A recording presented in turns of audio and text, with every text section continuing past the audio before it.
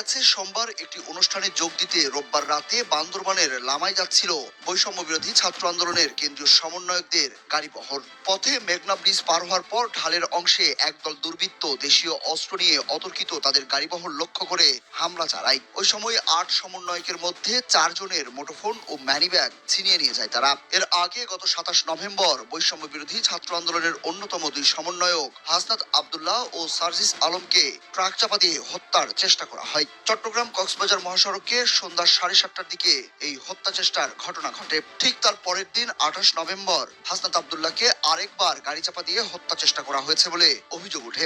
রাজধানীর যাত্রাবাড়িতে এই হত্যা চেষ্টা করা হয়। এখন কথাটা হচ্ছে, সবচেয়ে বড় প্রশ্ন, ঘটনাটা কি সত্যি? আর যদি সত্যি হয়ে থাকে, আমার প্রশ্ন হলো, তোমরা সমন্বয়করা রাত 12টা বাজে গাড়ি কোত্থেকে আসলো? তোমাদের টাকা কোথায়? টাকা কোথায় পেলে? রাত 12টা, 1টা, 2টো বাজে তোমরা বান্দরবন যাচ্ছ। হ্যাঁ, নিউজে যা বলছে। তো বান্দরবন যে যাচ্ছ তোমরা, তাও কি সাংগঠনিক কাজে? তোমাদের কে বলেছে রাজনীতি করার? রাজনীতি করার জন্য তোমাদেরকে কে বলেছে?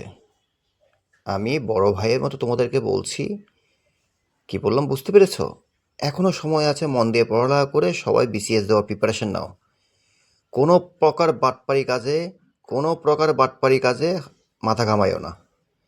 হ্যাঁ, এখনও তোমাদের বয়স হয়নি। কেউ কেউ দেখি 71-এর কথা বলো।